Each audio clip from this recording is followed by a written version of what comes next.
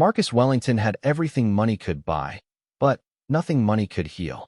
At 35, he owned a technology empire worth $12 billion, lived in a mansion that covered 20 acres, and commanded respect from world leaders. Yet as he stood in the marble foyer of his childhood home, his hands trembled like a child's. The call had come at 3 in the morning. His father's personal assistant, Sarah, spoke in hushed tones that cut through his sleep like glass. "Mr. Wellington, you need to come home immediately. Your father, he's not well." Marcus had driven through the night from his penthouse in Manhattan to the family estate in Connecticut. The roads were empty, giving him too much time to think about the man who had shaped his life through absence more than presence. Richard Wellington, the steel magnate who built an empire on discipline and emotional distance, had never shown weakness. Not when Marcus's mother died. Not when the company nearly collapsed in 2008. Not ever. The house staff avoided eye contact as Marcus walked through corridors lined with oil paintings of stern-faced ancestors. Each portrait seemed to judge him for staying away so long. He had not visited in 8 months, their last conversation ending in the same cold politeness that had defined their relationship for decades. Mrs. Chun, the head housekeeper who had worked for the family for 30 years, met him at the bottom of the grand staircase. Her usually perfect composure was cracked, worry lines deeper than he remembered. "Where is he?" Marcus asked, loosening his tie. The house felt suffocating, heavy with memories he had spent years trying to forget. "The library, sir. He's been there since yesterday evening." Mrs. Chin's voice carried an unusual tremor. "Mr. Marcus, perhaps you should prepare yourself. He's different." Marcus climbed the stairs 2 at a time, his expensive shoes echoing against the marble. The library had always been his father's sanctuary, a room filled with first-edition books, and the smell of leather and pipe tobacco. As a child, Marcus had been allowed inside only for formal lectures about responsibility and the Wellington legacy. He paused outside the heavy oak doors, listening. Strange sounds came from within, not the rustling of papers or clicking of keyboards he expected, but something that made his chest tight with unfamiliar emotion. When Marcus pushed open the doors, the scene before him shattered every assumption he had about his father. Richard Wellington, the man who had never shown tears even at his wife's funeral, sat hunched in his leather chair like a broken bird.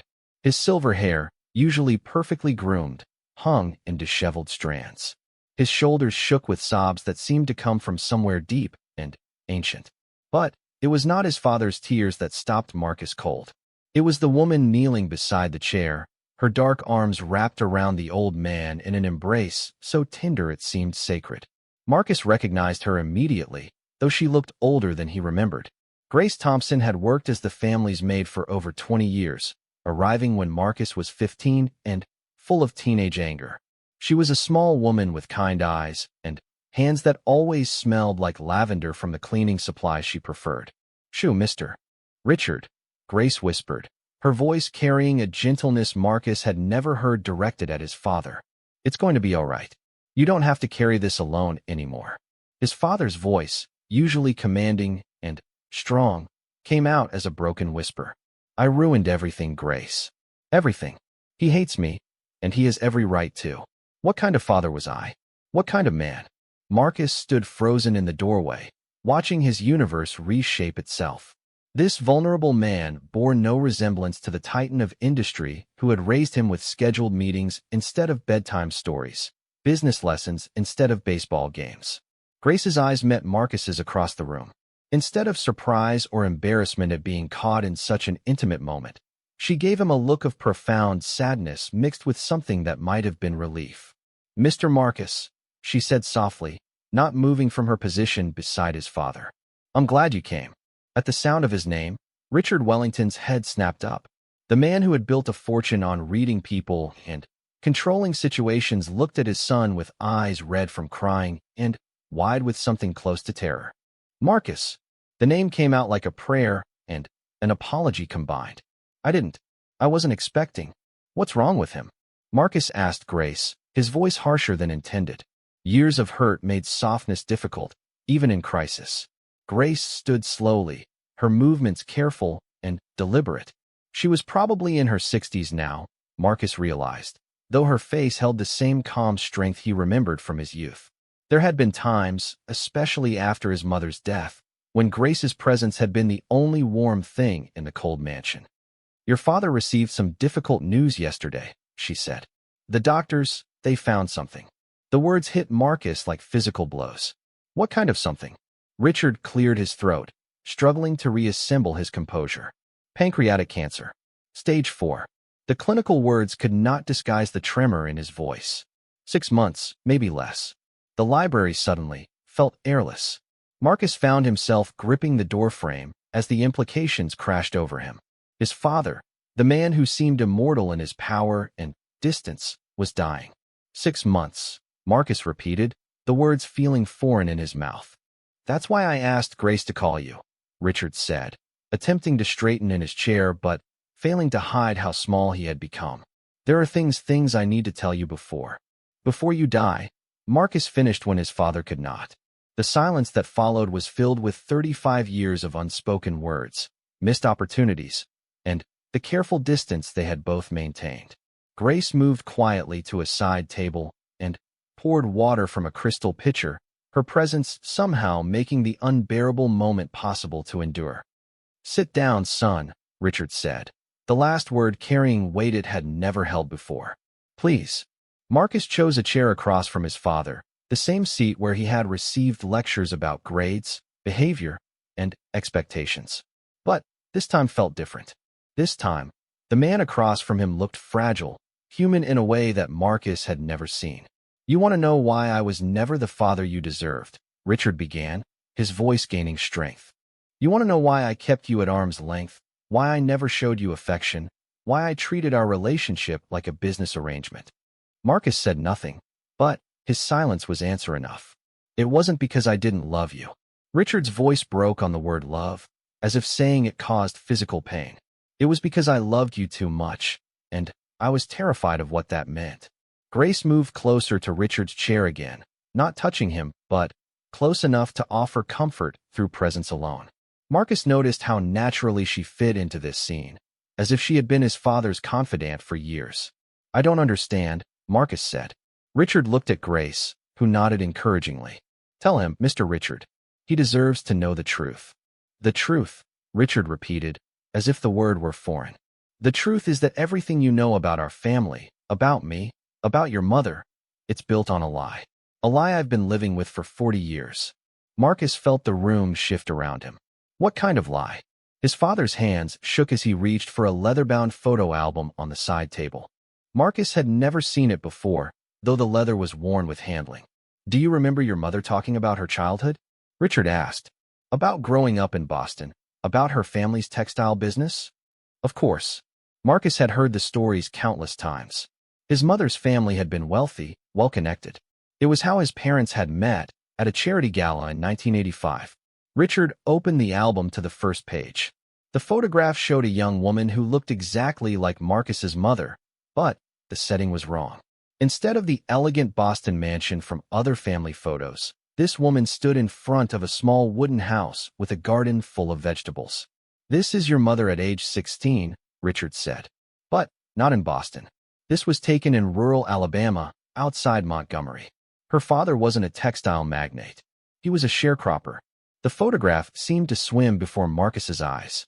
"That's impossible. Your mother's name wasn't Elizabeth Catherine Morrison," Richard continued, his voice growing stronger with each revelation. "It was Betty Mae Johnson. She was the daughter of tenant farmers who worked land they would never own." Grace sat down in the chair closest to Richard, her presence anchoring him as he dismantled Marcus's understanding of his family history. "But the records, the family tree, the stories," Marcus protested. "All created," Richard said. "We paid people to forge documents, create a false history, build an identity that would allow her to fit into my world." Marcus stared at the photograph of his mother, seeing her face but not recognizing the environment, the simple dress, the calloused hands that spoke of hard labor. "Why would you do that?" Richard's eyes filled with tears again. "Because I was a coward. Because in 1985, a man in my position didn't marry a sharecropper's daughter, no matter how much he loved her. Because I cared more about what society would think than about honoring the woman I claimed to love." The admission hung in the air like smoke. Marcus felt everything he thought he knew about his parents, about himself, shifting beneath him. She went along with this? She did it for me, Richard said, his voice barely a whisper. She learned to speak differently, walk differently, hold her fork differently. She studied etiquette books and practiced conversations. She transformed herself into someone she wasn't because she thought that was what I needed. Grace spoke for the first time since the revelations began. Your mother was the kindest, strongest woman I ever met. But she died carrying a secret that ate at her every day. Marcus looked between his father and Grace, beginning to understand that their connection ran deeper than employer and employee. How long have you known about this?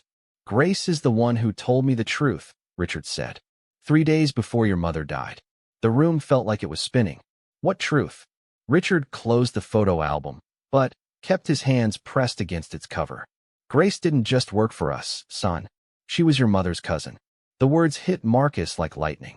He looked at Grace with new eyes, searching for resemblances he had never noticed. The shape of her smile, the way she tilted her head when listening, the gentle strength that had always reminded him of something familiar. My cousin, Grace confirmed, her voice thick with emotion. Betty May was my family. When she died, I thought I'd lost the last connection to the girl she used to be before she became Elizabeth Wellington. Marcus felt the ground shifting beneath him, his entire identity rewriting itself. You've been watching over me all these years, knowing you were my family, Grace finished. Knowing your mother made me promise to take care of you if anything happened to her. Richard struggled to his feet, moving to a window that looked out over the manicured gardens his wife had loved. Your mother died believing she had lived a lie, that she had betrayed who she really was. She died thinking you would be ashamed of where you came from. And you let her believe that? Marcus's voice carried years of accumulated anger, but now it had a new target. Not just the distant father, but the man who had demanded his wife erase herself to fit into his world. I was young and stupid and scared, Richard said. I thought I was protecting our family's reputation. I thought appearances mattered more than truth. Grace stood and moved to stand beside Marcus's chair. For the first time, he could see the family resemblance clearly. They had the same eyes, the same line of jaw, the same way of standing when faced with difficult truths. Your father has carried this guilt for 20 years, Grace said. It's why he pushed you away. He was afraid that if he got too close, if he loved you too openly, you would somehow discover the truth and hate him for what he made your mother do. Marcus looked at his father's bent shoulders, at the man who had seemed invincible throughout his childhood but was now facing mortality while drowning in regret. So you chose to make sure I hated you anyway, Marcus said, understanding flooding through him. You decided it was better to be a distant father than risk me learning the truth. Richard turned from the window, tears flowing freely now. I know it doesn't make sense. I know I handled everything wrong. But every time I looked at you, I saw her. I saw the woman I forced to become someone else. And I couldn't bear the weight of what I'd done. The library fell silent except for the ticking of the antique clock that had marked time for generations of Wellingtons. Marcus sat surrounded by leather-bound books and family portraits, learning that everything they represented was built on lies and fear. Grace moved to a cabinet and withdrew a small wooden box. There's something else you need to see, she said, returning to Marcus.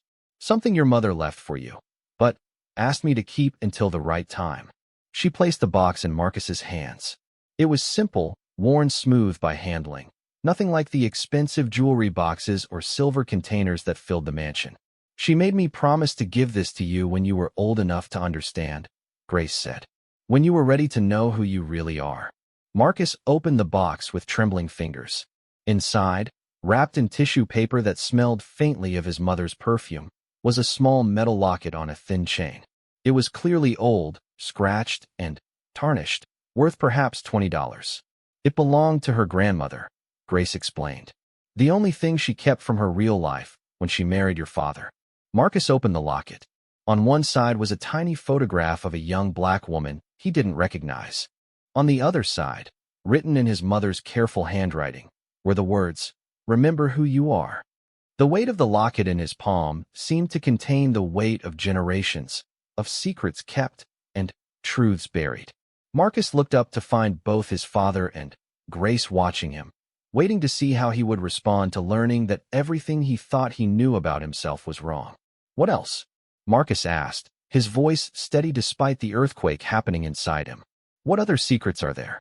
Richard and Grace exchanged a look that spoke of conversations Marcus had not been part of decisions made in his absence. "That's enough for today," Grace said gently. "This is a lot to process." But Marcus was already standing. The locket seal. Grace moved to another cabinet and withdrew a thick folder, its edges worn from handling. "Your father isn't the only one who's been keeping secrets," she said, her voice heavy with years of burden. "There are things about your mother's death, about what happened in the weeks before she died, that you need to understand." Marcus felt his pulse quicken. His mother's death had always been presented as sudden, unexpected. A heart attack at 45, they had told him. Quick and peaceful, no suffering. "What about her death?" he asked, though part of him feared the answer. Richard moved back to his chair, looking as if standing required more energy than he possessed. "Your mother didn't die of a heart attack, Marcus. That was another lie, another convenient story to protect the family reputation." The folder in Grace's hands seemed to grow heavy as she held it out to Marcus. "She died by suicide," Grace said, her voice barely above a whisper. "She took her own life because she couldn't carry the weight of living as someone she wasn't anymore." The words hit Marcus like physical blows. He had built his entire understanding of grief around the sudden, senseless loss of a vibrant woman. Now he was being told that his mother had chosen to leave, that she had been in so much pain that death seemed like relief. "That's impossible," Marcus said, though even as the words left his mouth, pieces began falling into place. The private funeral, the reluctance to discuss details, the way his father had become even more distant afterward. Grace opened the folder and withdrew a letter, its pages yellowed with age. "She wrote this 3 days before she died. She gave it to me and made me promise to keep it safe, to give it to you when you were ready to understand." Marcus took the letter with shaking hands. His mother's handwriting, so familiar from birthday cards and school notes, filled the pages. The first words made his legs weak, and he sank back into his chair. "My dearest Marcus," the letter began. "If you are reading this, then Grace has decided you are old enough to know the truth about who I was, who you are, and why I had to leave you sooner than any mother should ever leave her child." Marcus looked up at his father, seeing him through new eyes. "You knew she was planning this?" "I found her writing the letter," Richard said, his voice breaking. "I tried to stop her, tried to get her help, but she had already decided. She felt trapped between the woman she had been and the woman I had forced her to become." The letter continued in his mother's careful script. "I was born Betty Mae Johnson on a farm outside Montgomery, Alabama. My father picked cotton, and my mother took in washing. We were poor, but we were proud, and we loved each other with a fierceness that money can't buy. When I was 18, I won a scholarship to study nursing in Birmingham. That's where I first saw a different world, where I first dreamed of something beyond the fields." Marcus paused, trying to imagine his elegant mother as a young woman studying to be a nurse. All his life, he had been told she studied art history at an exclusive college in Boston. The letter went on, "I met your father at a hospital charity event in 1984. He was there representing his company's foundation, and I was a student volunteer. He was handsome and kind, and when he looked at me, I felt like I could be anyone, do anything. We fell in love quickly, passionately, the way young people do when they think love can overcome any obstacle. But it couldn't," Richard said quietly. "Love couldn't overcome my family's expectations, my business associates' judgment, or my own cowardice." Grace sat down across from Marcus. "Your mother told me about those early days. How happy she was, how much she loved your father. But also how scared she became when she realized what it would mean to marry into the Wellington family." Marcus continued reading. "Richard's parents were horrified when they learned about my background. They hired investigators, found out everything about my family, my education, where I came from. They threatened to disown Richard, to destroy his business prospects, to make sure we could never be happy together." The letter's pages trembled in Marcus's hands. "So you created a new identity for her." "We did," Richard said. My parents gave us an ultimatum. Either Betty Mae Johnson disappeared forever, or I would lose everything. My inheritance, my position in the company, my family. I was 26 years old, and I thought the world would end if I lost those things. So you asked her to erase herself, Marcus said, anger building in his chest. His father's face crumpled. I told myself it was temporary. I thought once we were married, once she was part of the family, it wouldn't matter anymore. I didn't understand what I was asking her to give up. The letter continued with painful detail. Learning to be Elizabeth was like dying a slow death. Grace helped me practice speaking without my Alabama accent. I studied etiquette books until I could recite them in my sleep. I learned about wine and art and literature. Also, I could convince your father's world that I belonged. Grace spoke softly. She would come to my room and cry sometimes, especially in the beginning. She would say she felt like she was losing herself, like Betty Mae was disappearing, and she didn't know how to stop it. But she went through with the wedding, Marcus said. She loved your father, Grace explained. And she thought if she could just become Elizabeth completely, everything would work out.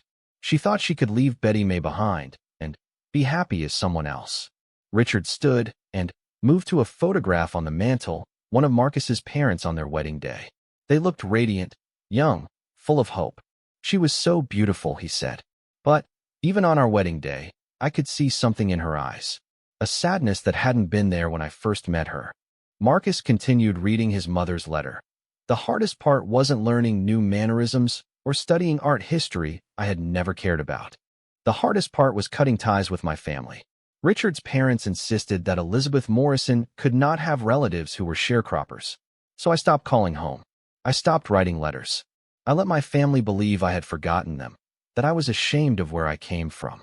The weight of his mother's sacrifice was becoming clear. She had not just changed her identity. She had abandoned everyone she had ever loved to become someone worthy of the Wellington name. Grace was the only connection she kept, Richard said.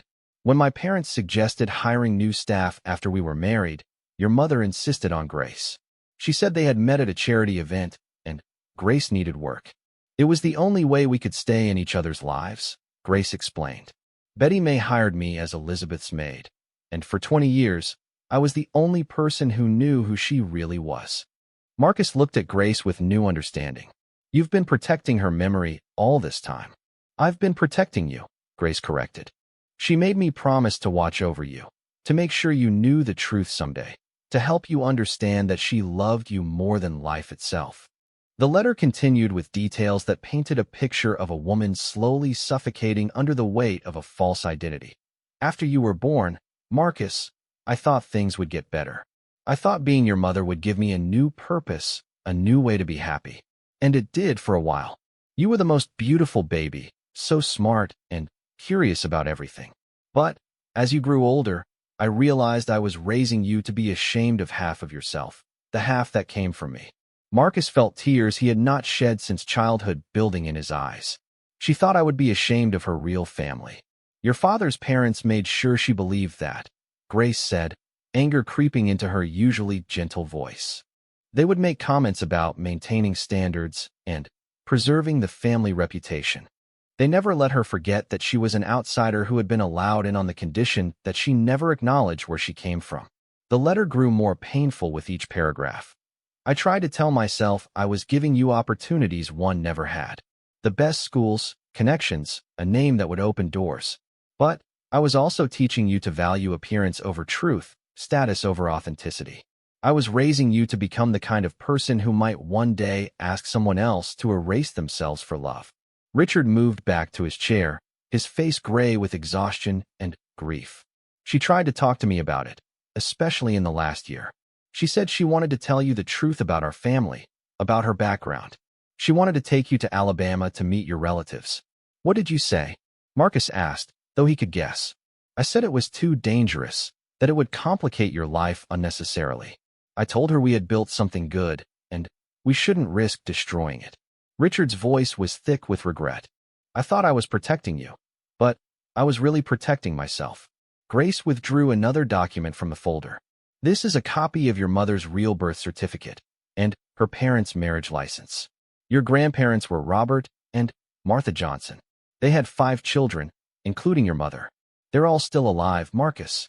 You have aunts and uncles and cousins you've never met. Marcus stared at the documents, seeing names that meant nothing to him but represented blood connections he had never known existed.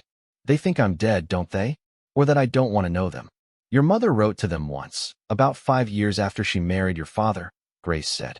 She sent a photograph of you as a baby, but she couldn't tell them where you lived or how to contact her.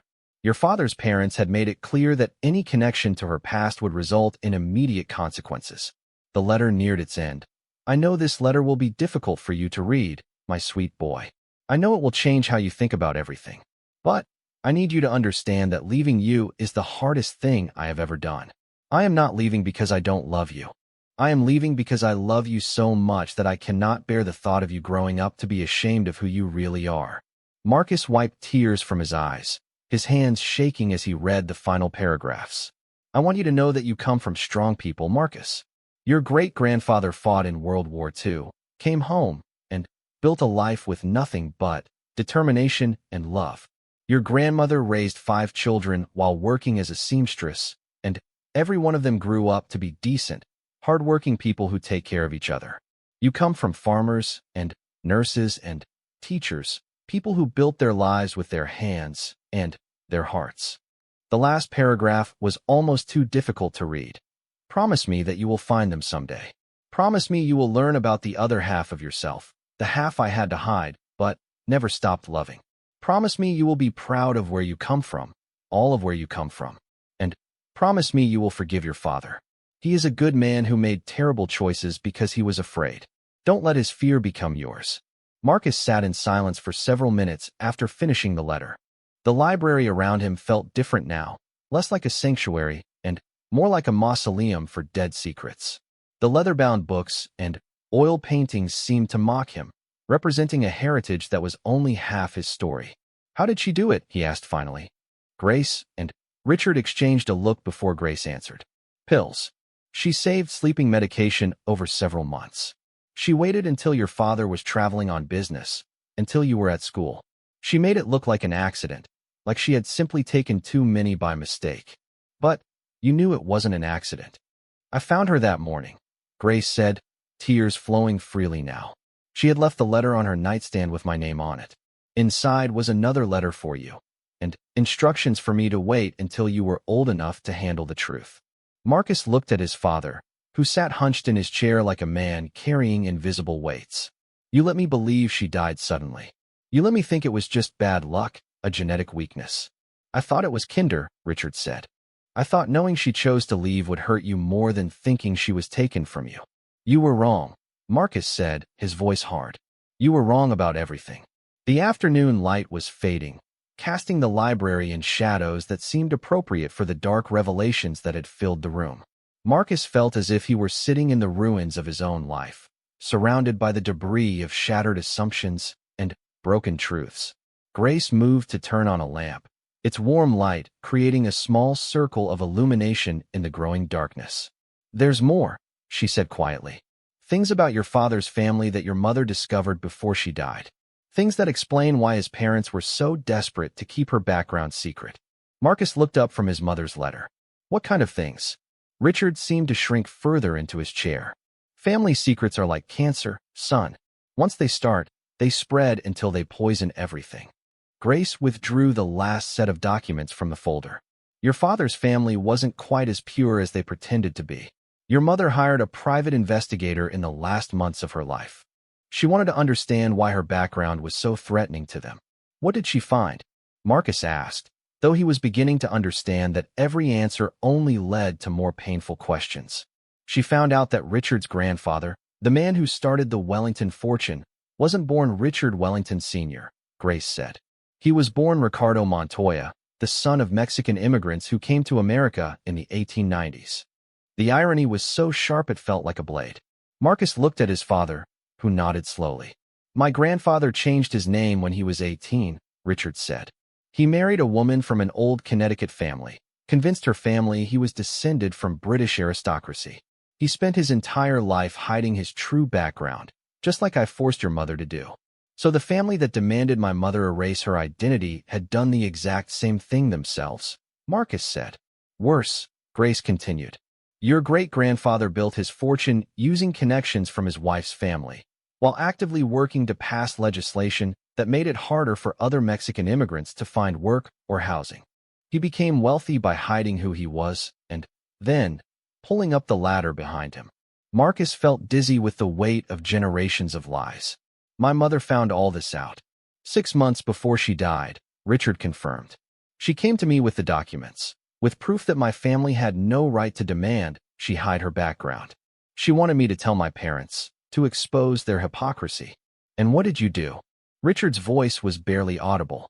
I told her it didn't matter. I said that was the past, and it wouldn't change anything about our situation. I told her to keep the information to herself. The full scope of his father's betrayal was becoming clear. Not only had he demanded that his mother erase her identity, but when she discovered that his family's pride was built on the same kind of deception, he had chosen to protect their lies rather than defend her truth. Grace sat down beside Marcus, her presence offering comfort in the midst of devastating revelations. Your mother felt completely alone in those last months. She realized that even with proof of the Wellington family's hypocrisy, nothing would change. She would still be expected to live as Elizabeth, still be expected to hide who she really was. That's when she started planning to leave, Richard said. That's when she realized that death was the only way to escape a life that had become unbearable. Marcus stood and walked to the window, looking out at grounds that represented 4 generations of Wellington wealth and respectability. Everything he saw was built on lies, maintained through the systematic erasure of inconvenient truths. She could have divorced you, Marcus said without turning around. She could have taken me and left, started over somewhere else. Your father's parents made it clear that if she ever left or caused a scandal, they would destroy her, Grace said. They had resources, connections, power. They convinced her that she would lose you in any custody battle, that you would be better off with them than with a woman they would paint as unstable and unfit. Marcus turned back to face his father. So you let her die rather than fight for her. Richard looked up with eyes that held 20 years of self-recrimination. I was weak. I was selfish. I chose the easy path instead of the right one. I let fear guide my decisions instead of love, and it cost me everything that mattered. The room fell silent again, heavy with admissions that could never be taken back. Marcus understood now why his father had pushed him away after his mother's death. The guilt of causing her suicide would have made showing love to her son unbearable. What about my other family? Marcus asked. What about the Johnsons in Alabama? Grace smiled for the first time since the conversation began. They're good people, Marcus. I've kept in touch with them over the years, sent them school photos of you, told them what I could about how you were doing. They know about me. They've been waiting for you your whole life, Grace said. Waiting for the day when you would come home and learn about the other half of yourself. Marcus felt something shifting inside him, a sense of possibility emerging from the wreckage of his destroyed assumptions. I want to meet them. They want to meet you too, Grace said. Your grandmother Martha is 85 years old, but she still tends a garden that would put this estate's landscaping to shame. Your Uncle James runs a auto repair shop, and your Aunt Sarah teaches elementary school. They're proud people who work hard and love deeply. Richard struggled to his feet again. Son, I know I have no right to ask anything of you after what I've done, but I hope you'll give me a chance to make some small part of this right before I die. Marcus looked at his father, seeing him clearly for the first time. Not the distant authority figure of his childhood, but a broken man who had made terrible choices from fear and was now facing the consequences in his final months. What could you possibly do to make this right? Marcus asked. I want to help you find them, Richard said. I want to use whatever time I have left to undo some of the damage I've caused. I want to tell the world the truth about our family, about your mother, about the lies we've been living. Grace looked surprised. Mr. Richard, are you sure? The scandal, the impact on the business. Let it all burn, Richard said with more strength than the drive to Alabama took 2 days, with Richard insisting on making the journey despite his failing health. Grace sat in the passenger seat of Marcus's Tesla, serving as navigator and family historian, while Richard rested in the back, occasionally pointing out landmarks from business trips that had taken him through the South over the decades. They had spent a week preparing for the trip. Marcus had used his resources to locate the Johnson family, working with private investigators who operated with discretion rather than the sledgehammer approach his grandfather had once favored. The phone call to his grandmother had been surreal, Grace facilitating the introduction between Marcus and a woman who had been praying to meet him for 36 years. Betty May's boy, Martha Johnson had whispered over the phone, her voice thick with Alabama honey and suppressed tears. Lord have mercy, I never thought I'd live to hear your voice. Now, as they drove through the pine forests of northern Alabama, Marcus felt his stomach knotting with anxiety. These people had every right to hate him, to see him as a symbol of the world that had stolen their daughter and kept her grandson from them. He represented everything that had forced his mother to choose between her identity and her love. You're quiet, Grace observed as they passed a sign welcoming them to Montgomery County. I don't know what to say to them, Marcus admitted. How do you apologize for 36 years of absence? How do you explain that you didn't even know they existed until a week ago? Richard leaned forward from the back seat, his voice weak, but determined. You tell them the truth. You let them see that you're Betty May's son, not just Richard Wellington's heir. They had all changed during the week of preparation. Marcus had watched his father transform from a broken man hiding in his library to someone fighting to make amends while time still allowed. Richard had spent hours on the phone with lawyers, accountants, and publicists, preparing to dismantle 40 years of carefully constructed lies. The Wellington Industries Board of Directors was in chaos. Richard's announcement that he intended to reveal family secrets that would rock the company's reputation had sent stock prices plummeting and emergency meetings into overdrive. But Richard seemed liberated by the prospect of destruction, as if burning down the empire built on lies might somehow resurrect the man he had been before fear turned him into a coward. Grace had been the bridge between worlds, helping Marcus understand not just the facts of his mother's story, but the culture she had come from. They had spent evenings in the library with Grace, sharing memories of her cousin, painting a picture of a young woman who had been funny and fierce, who had sung while she worked, and dreamed of becoming a nurse who could help people heal. Turn here, Grace said as they approached a dirt road lined with mailboxes bearing familiar names. Johnson, Thompson, Williams, Davis. Marcus realized he was driving through a community where his relatives had lived for generations, where his mother's childhood friends had raised their own children, where his absence had been felt like a missing tooth.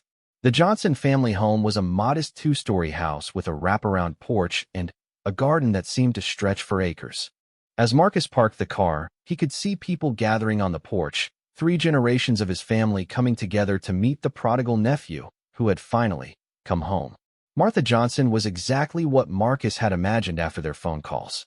85 years old, but moving with purpose, she came down the porch steps wearing a dress that looked like it had been saved for church and special occasions. Her hair was silver, braided, and pinned in a style that spoke of dignity earned through decades of hard work. When she looked at Marcus, her eyes filled with tears that seemed to carry 36 years of accumulated grief and hope. You look just like her, she said, reaching up to touch Marcus's face with hands that had seen cotton fields and washing boards, dinner preparations, and baby deliveries. You got Betty May's eyes and her stubborn chin. Behind her came a parade of relatives Marcus was meeting for the first time. Uncle James, who ran the auto repair shop, was a bear of a man with gentle hands and laugh lines around his eyes. Aunt Sarah, the elementary school teacher, moved with the controlled energy of someone used to managing classrooms and committee meetings.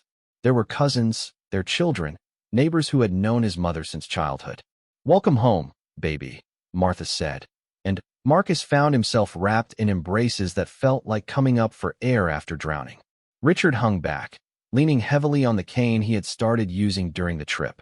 Marcus could see the uncertainty in his father's face, the awareness that he was the villain in this family story, the man who had stolen their daughter and kept their grandson from them. It was James who broke the tension, approaching Richard with the directness Marcus was learning was a family trait. You must be Richard Wellington, he said, not offering his hand but not turning away either. You're looking poorly. I'm dying, Richard said simply. Cancer. It seemed important to bring Marcus home before that happens. Sarah stepped forward, her teacher's instincts apparently extending to reading people's motivations. Betty May wrote to us about you in those early letters. Said you were a good man who got scared by his family's expectations. I was a coward, Richard corrected. I let fear guide my choices instead of love, and it cost your sister her life. The brutal honesty seemed to surprise the family. Marcus watched as they reassessed his father, seeing not the wealthy villain they had imagined, but a man bent under the weight of consequences he had spent 20 years trying to carry alone. Martha took charge with the authority of a family matriarch.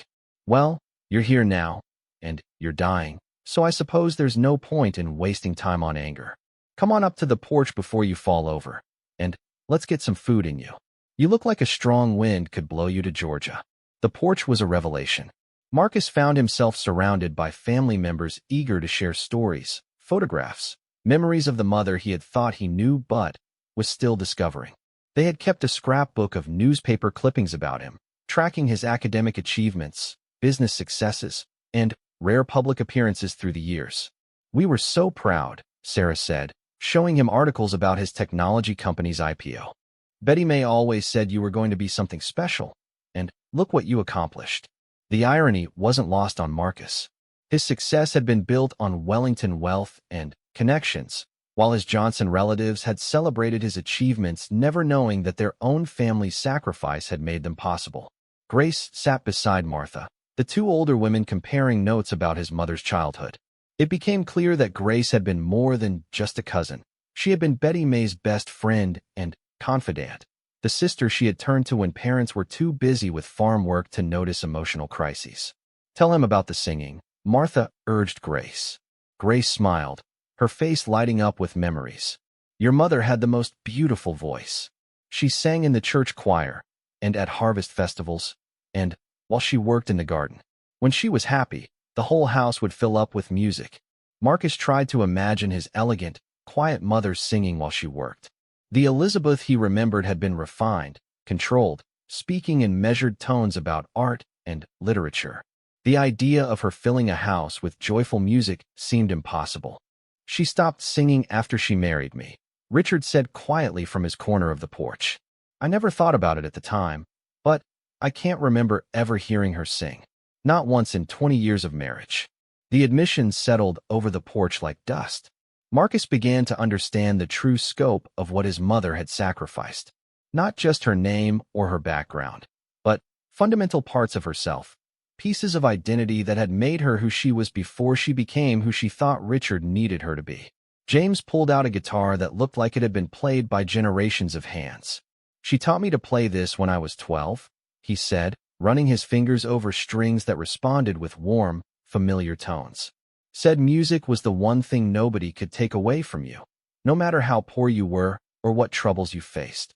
He began to play, and Marcus heard melodies that seemed to stir something deep in his memory. Had his mother hummed these songs while she tucked him into bed? Had echoes of this music survived in the lullabies she sang when she thought no one was listening? The afternoon moved into evening with the easy rhythm of family gatherings. Food appeared from inside the house, simple dishes that tasted like they had been perfected over generations. Marcus found himself relaxing into conversations about farming and teaching and the challenges of keeping communities together as young people moved to cities seeking opportunities. It was during dinner that Martha brought out the letters. Your mama wrote to us when she could, she said, placing a shoebox full of envelopes on the table. Not often, and she could never say much about where you lived or how to find you. But she sent pictures, told us about your school achievements, about how proud she was of the young man you were becoming. Marcus opened the first letter, dated 6 months after his parents' wedding. His mother's handwriting was familiar, but the tone was different from anything he remembered. This wasn't the controlled Elizabeth Wellington voice he had known, but something warmer, more natural. Marcus took his first steps yesterday, she had written. He walked right across the kitchen, determined as anything, just like James used to do when he was learning. Richard was at the office, but I called Grace to come watch, and we both cried happy tears. I wish you could see him, Mama. I wish you could hold him and sing him the songs you used to sing to me. Letter after letter revealed the depth of his mother's longing for her family. She wrote about his first words, his struggles with mathematics, his love of books, and building things with his hands. She shared worries about raising him in a world so different from the one she had known, about whether she was teaching him the right values. "I want him to understand that worth isn't measured by money or status," she had written when he was 8 years old. "But everything around him tells him the opposite. How do I teach him to value kindness and hard work when everyone he meets judges people by their bank accounts and family names?" Richard read over Marcus's shoulder, his face growing grayer with each letter that revealed the isolation his wife had felt. "She was trying so hard to give you both worlds," he said. "The opportunities that came with the Wellington name, but also the values she learned growing up here." Sarah leaned forward. "She succeeded, you know. Look how you turned out. You built your own company instead of just inheriting wealth. You treat people with respect regardless of their position. Grace told us about how you interact with household staff, how you remember their names, and ask about their families." Marcus felt something shifting inside him, a recognition that the best parts of himself might have come not from the Wellington legacy of wealth and power, but from his mother's quiet efforts to pass along the Johnson family values of dignity and kindness. As the evening deepened, the conversation turned to more difficult topics. James asked directly about his sister's death, and Richard answered with the same brutal honesty he had shown Marcus. "She took her own life because I made living as herself impossible," he said.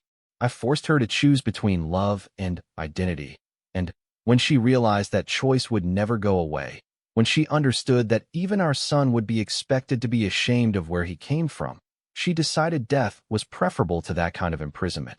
The family absorbed this information with the stoic dignity Marcus was learning was characteristic of people who had survived generations of hardship. They grieved, but they didn't break. They asked questions, sought understanding, but they didn't collapse under the weight of tragedy. Martha was the first to speak. Betty May always was stubborn about doing what she thought was right, even when it cost her. "I'm sad she felt so alone, but I understand why she made the choice she did." Grace pulled out another document, one Marcus hadn't seen before. She left this with her suicide letter. It's her plan for Marcus's future, what she hoped would happen if the truth ever came out. The document was written in his mother's careful handwriting, but the language was more legal than personal. She had outlined her hope that Marcus would someday learn about his Johnson heritage, that he would use his resources to help the community that had shaped her values, that he would find ways to honor both sides of his identity. "She wanted you to build bridges instead of walls," Grace explained. "She hoped you would use Wellington wealth and Johnson wisdom to create something better than either legacy alone." Marcus looked around the porch at faces that reflected his own features, at people who had welcomed him despite 36 years of absence, who had fed him and shared their stories and treated him like family because that's what he was. He thought about the opportunities he had been given, the education and connections and resources that came with the Wellington name. For the first time since learning the truth about his family, Marcus began to see a path forward that didn't involve choosing between two incompatible identities. "What if I moved the company headquarters here?" he asked suddenly, the idea forming as he spoke. "What if instead of trying to fit into New York's version of success, I built something here that could provide opportunities for people who don't want to leave their communities to find good work?" Richard looked surprised. "Move Wellington Industries to Alabama? Rename it," Marcus said, the plan crystallizing as he spoke. "Johnson Wellington Technologies. Hire locally, pay well, create opportunities that let people prosper without having to abandon who they are or where they come from." James leaned forward, his mechanic's mind engaged with practical questions. "You talking about real jobs? The kind that pay enough to support families?" "I'm talking about changing how business works," Marcus said.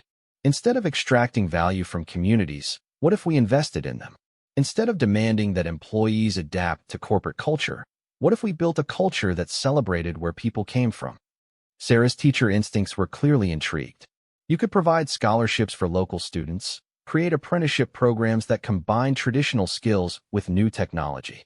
Martha smiled, and in her expression Marcus could see the first glimpse of the bright future his mother had imagined when she wrote her plan for his life. "Betty May would be proud," she said simply. "She always believed you would find a way to honor both sides of yourself." The conversation continued late into the evening, with family members sharing ideas, concerns, and hopes for what Marcus was proposing. Richard contributed when asked, his business experience useful for practical planning, but he seemed content to let his son lead the discussion. As the night grew late and relatives began to drift home to their own houses and responsibilities, Marcus found himself alone on the porch with Martha and Grace. The two older women sat in comfortable silence, the kind that comes from decades of friendship and shared loss. "Are you really going to do this?" Martha asked.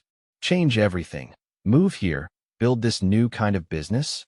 Marcus fingered the locket his mother had left him. Feeling the media storm broke 3 weeks after Marcus returned from Alabama. Richard had chosen his moment carefully, timing the revelation for maximum impact and minimum damage to innocent parties. The press conference was held in the Wellington Industries boardroom, with cameras capturing every moment of what would become known as one of the most stunning corporate confessions in modern history. Richard sat at the head of the mahogany table where he had made decisions affecting thousands of employees and millions of dollars. But today he looked fragile, his cancer having advanced rapidly in the weeks since their trip south. Marcus sat beside him, wearing a suit that cost more than many people's monthly salary, but carrying himself with a new kind of authority, one that came from understanding rather than entitlement. Grace sat in the front row of observers, her presence lending silent support to the two men who had become her family through crisis and revelation.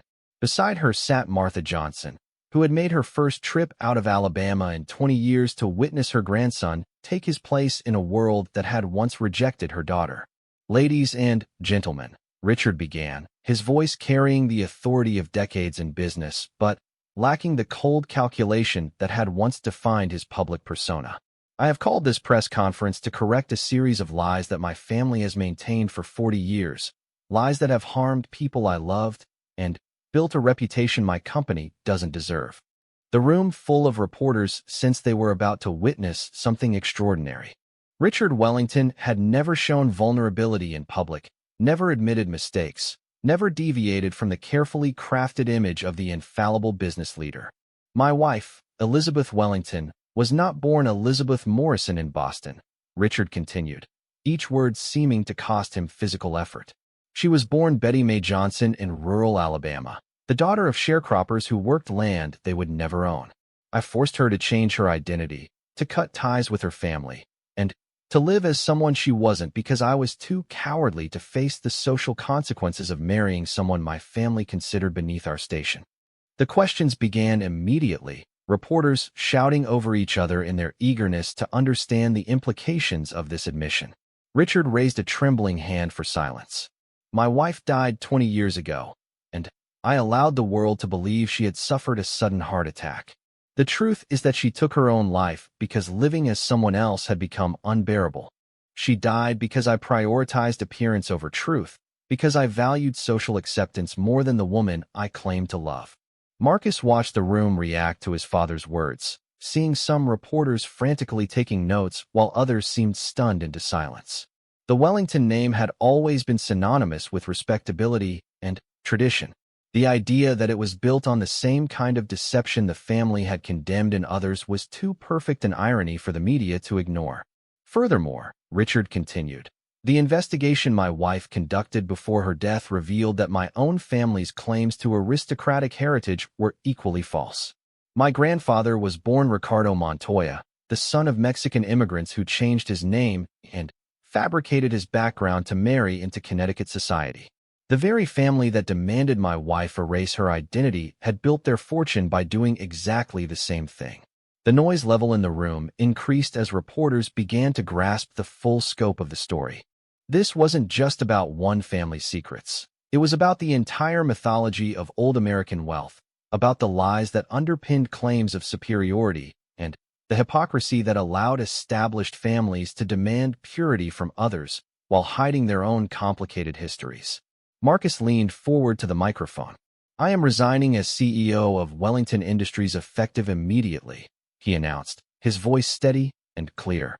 "The company will be restructured and renamed to honor both sides of my heritage. Johnson Wellington Technologies will be headquartered in Montgomery County, Alabama, where it will focus on creating opportunities for people who want to build careers without abandoning their communities. The questions came rapid fire now, reporters sensing that this story would dominate news cycles for weeks. How would the board react? What would happen to stock prices? Was this a publicity stunt or genuine reform? Marcus fielded the questions with patience that surprised himself. A month ago, he would have been terrified by this level of public scrutiny, worried about protecting the Wellington reputation and maintaining the careful image his family had cultivated. Now he found that telling the truth was simpler than maintaining lies, that authenticity was easier than performance. The board can accept these changes or find new leadership, he said in response to questions about corporate governance. I'm not interested in running a company that requires employees to hide who they are or where they come from. If shareholders prefer the old approach, they're welcome to invest elsewhere. The press conference lasted 2 hours, with Richard and Marcus taking turns explaining the timeline of deception and their plans for making amends. When it ended, Marcus felt drained, but cleaner somehow, as if a weight he hadn't known he was carrying had been lifted from his shoulders. The weeks that followed were chaotic, but strangely liberating. Wellington Industries' stock price plummeted initially as investors processed the implications of the leadership change and company restructuring. The business media was split between condemning Marcus's decision as naive idealism and praising it as a revolutionary approach to corporate responsibility. Marcus spent most of his time in Alabama, working with local leaders to plan the company's transition.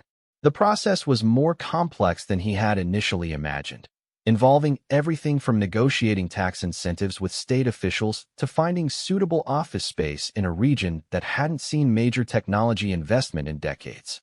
The Johnson family became his informal advisory board, their practical wisdom proving invaluable as he navigated the challenge of building something new while dismantling something old.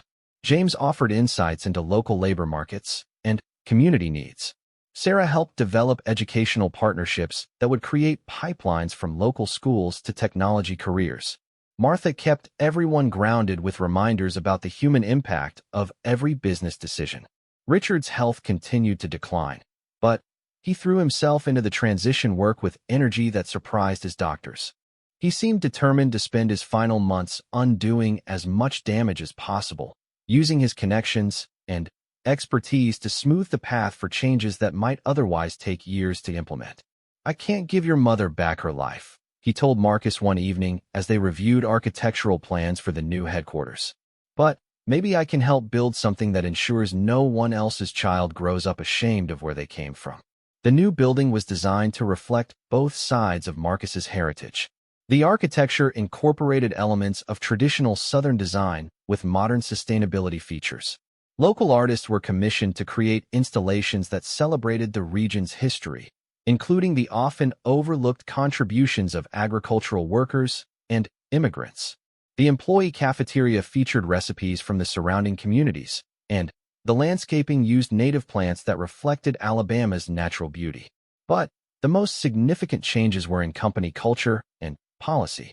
Marcus instituted profit-sharing programs that ensured wealth creation benefited everyone who contributed to it. He established educational assistance programs that helped employees advance their skills without requiring them to relocate. Most importantly, he created hiring and promotion practices that valued community connections and cultural knowledge alongside traditional qualifications. The transformation wasn't without challenges. Some employees struggled with the relocation, choosing to seek opportunities with other companies rather than move to Alabama. Several board members resigned, unable to accept Marcus's vision for the company's future. Competitors tried to poach both clients and talent during the transition period. But for every person who left, others were drawn to what Johnson Wellington Technologies represented. Young professionals who had moved to major cities for career opportunities began returning to the South, attracted by the possibility of building meaningful careers while remaining connected to their roots. Local graduates who might have left Alabama for opportunities elsewhere chose to stay and help build something new in their home communities. The most unexpected development was the response from other companies. Marcus began receiving calls from CEOs interested in learning about his approach, wondering if similar models might work in their own industries and regions. Business schools started developing case studies about the transition, and Marcus found himself invited to speak at conferences about stakeholder capitalism and community-centered business models. 6 months after the press conference, Richard Wellington died peacefully in his sleep at the family estate in Connecticut. His funeral was unlike any Wellington family gathering in living memory. The old Connecticut social circle attended out of obligation, but the service was truly shaped by people whose lives Richard had touched during his final months of seeking redemption.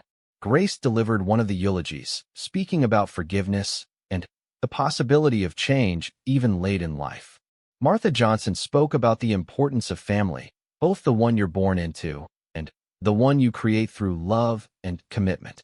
Marcus spoke last, talking about his father not as the distant authority figure of his childhood, but as a man who had found the courage to face his mistakes and spend his final months trying to make amends.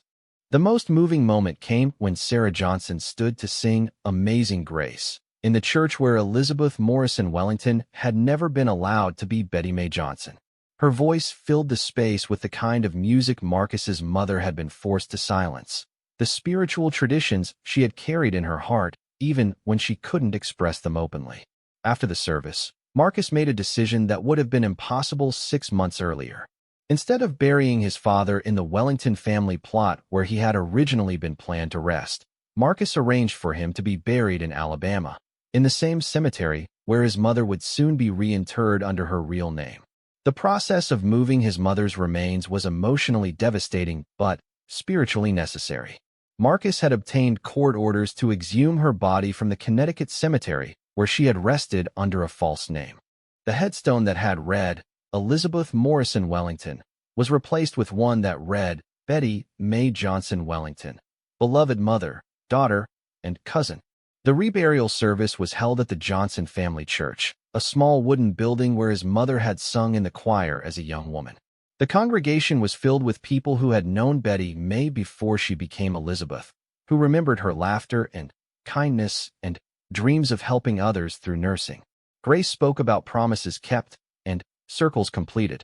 Betty Mae left us to become someone else, but she never stopped being our girl.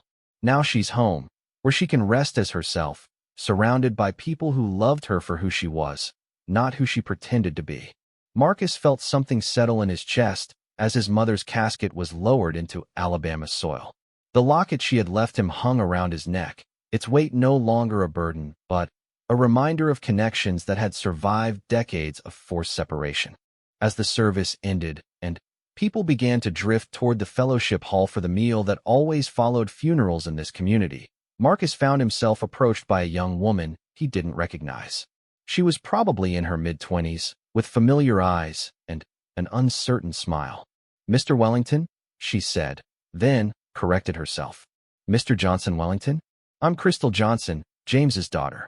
I graduated from Auburn last year with a degree in computer science, and I was wondering, well, I was hoping maybe there might be a place for me at your new company."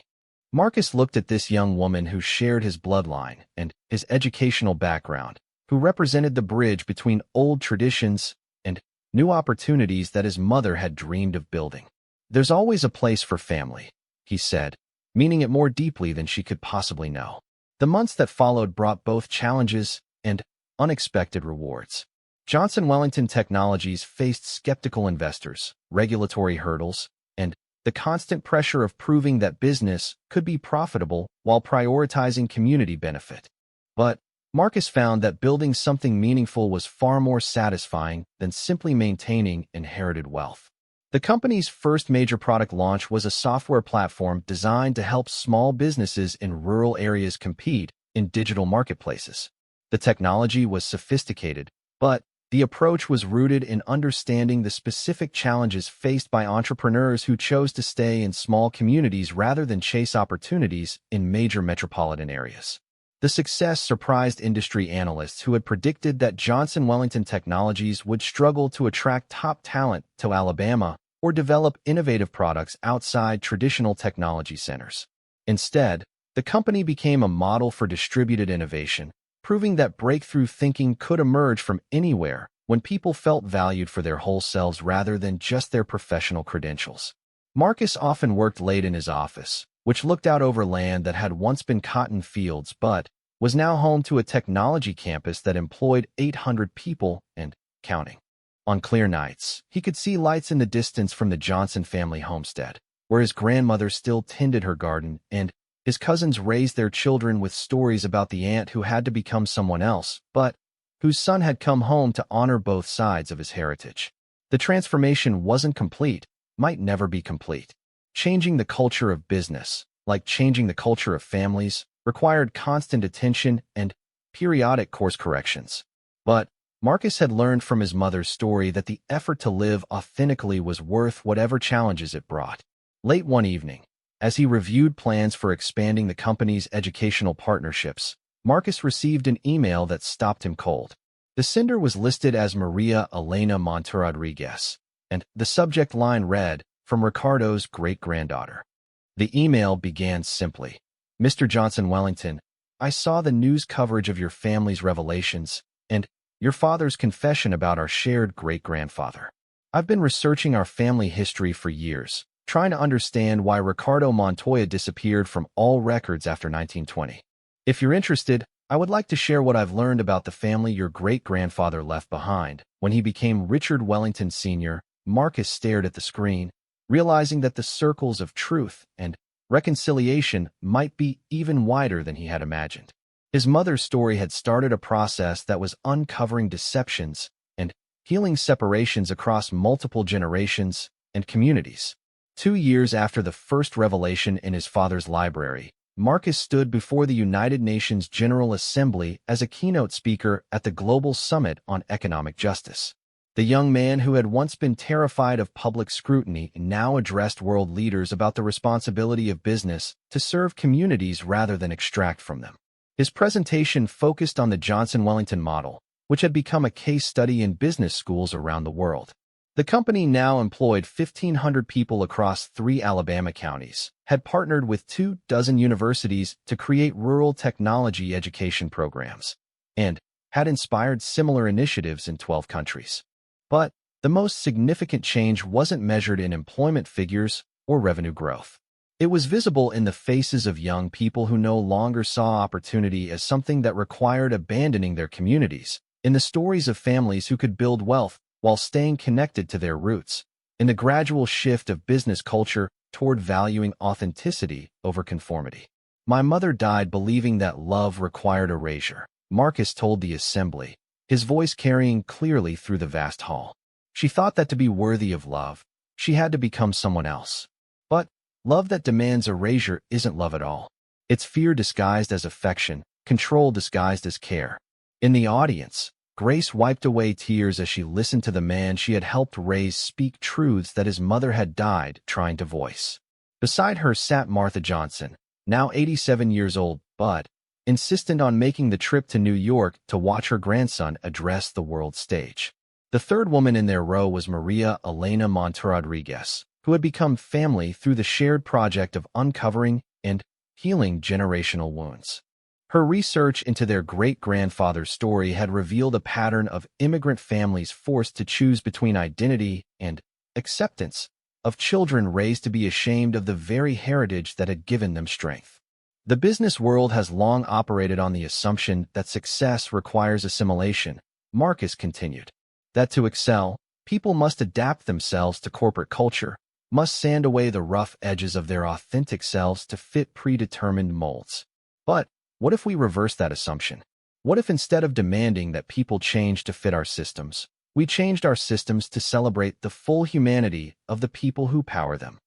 The response from the international audience was more enthusiastic than Marcus had expected. He was followed to the podium by CEOs from 6 continents, each describing their own attempts to implement community-centered business models. The conversation that had started in a library in Connecticut was becoming a global movement. After his presentation, Marcus was approached by dozens of business leaders, government officials, and nonprofit directors wanting to learn more about practical implementation of the Johnson-Wellington approach. But the conversation that mattered most took place in a small cafe near the United Nations building. where he sat with the three women who had shaped his journey toward truth. "Your mother would be so proud," Grace said, her voice thick with emotion. "Not just of what you've accomplished, but of who you've become. She always said you would find a way to honor both sides of yourself." Martha nodded, her weathered hands wrapped around a cup of coffee that reminded her of home. "Betty May knew you were special from the time you were tiny. She used to say you had the Johnson." He typed his response carefully. "Maria Elena, I would be honored to learn about our family history. The process of discovering who we really are has been painful, but ultimately healing. If you're willing to share what you know, I believe it's time for our family to stop running from the truth and start building bridges to the future." As he hit send, Marcus felt his mother's presence in a way that had nothing to do with supernatural belief and everything to do with the continuation of her dream. Betty Mae Johnson had died believing that love could be stronger than fear, that truth could overcome deception, that her son would find a way to honor all parts of himself rather than choosing between them. Looking out at the Alabama night, Marcus knew she had been right. Gee, the weight of her hopes and dreams. "I think I have to. I think this is why she saved that locket, why she made Grace promise to tell me the truth. She knew I would need to understand where I came from before I could figure out where I was going." Grace nodded slowly. "Your mother always said the two halves of your heritage would make you stronger than either one alone, but only if you found a way to honor both instead of choosing between them." As they sat in the Alabama darkness, surrounded by the sounds of crickets and distant trains, Marcus felt something he had never experienced before, the sense of being exactly where he belonged, among people who knew who he was and loved him anyway. The anxiety of the morning had been replaced by a certainty that felt as solid as the porch beneath his feet. Tomorrow they would begin the difficult work of untangling 40 years of lies and building something honest in their place. There would be legal battles, media storms, board meetings, and countless obstacles. But tonight, for the first time in his life, Marcus Wellington Johnson felt like he knew who he was and what he was meant to do. The last thing he remembered before falling asleep in his mother's childhood bedroom was the sound of his grandmother humming an old spiritual, the same melody his mother had probably fallen asleep to decades before. For the first time since learning the truth about his family, Marcus dreamed peacefully, surrounded by the love his mother had been forced to leave behind but had never stopped carrying in her heart. He had shown all day, "I'm dying anyway, and I'd rather face whatever consequences come from telling the truth than die carrying these secrets." Marcus felt the weight of the locket still in his hand, its simple presence connecting him to generations of his mother's family he had never known. The woman in the tiny photograph smiled up at him, representing a heritage he was finally free to claim. "There's one more thing," Grace said, her voice gentle. "Your mother left instructions for her funeral, her real funeral. She wanted to be buried in Alabama, next to her parents when their time came. She wanted her headstone to read Betty Mae Johnson Wellington, so that both parts of her identity would be remembered." Marcus looked at his father. "Where is she buried now?" "In the family plot here," Richard said, shame coloring his voice. "Under the name Elizabeth Morrison Wellington, just like my parents insisted." The final insult to his mother's memory was almost too much to bear. Even in death, she had been denied the right to be herself. "We're going to fix that," Marcus said, his voice carrying new determination. "We're going to bring her home," unched in his fist. "No. If you're going to destroy everything I thought I knew about my life, about my family, about myself, then you're going to tell me all of it. Right now." His father looked older than his 72 years, worn down by illness and the weight of 40 years of deception. "Son, there's so much more. Things that will change how you see everything. Things that might make you wish you'd never learned the truth." Marcus moved closer to his father, seeing him clearly for perhaps the first time. Not the intimidating giant of his childhood, but a broken man who had spent decades drowning in consequences of choices made from fear rather than love. "Tell me," Marcus said. "Tell me all of it. I deserve to know who I really am." The afternoon sun was beginning to fade through the library windows, casting long shadows across the room where three people sat surrounded by the fragments of a shattered family mythology.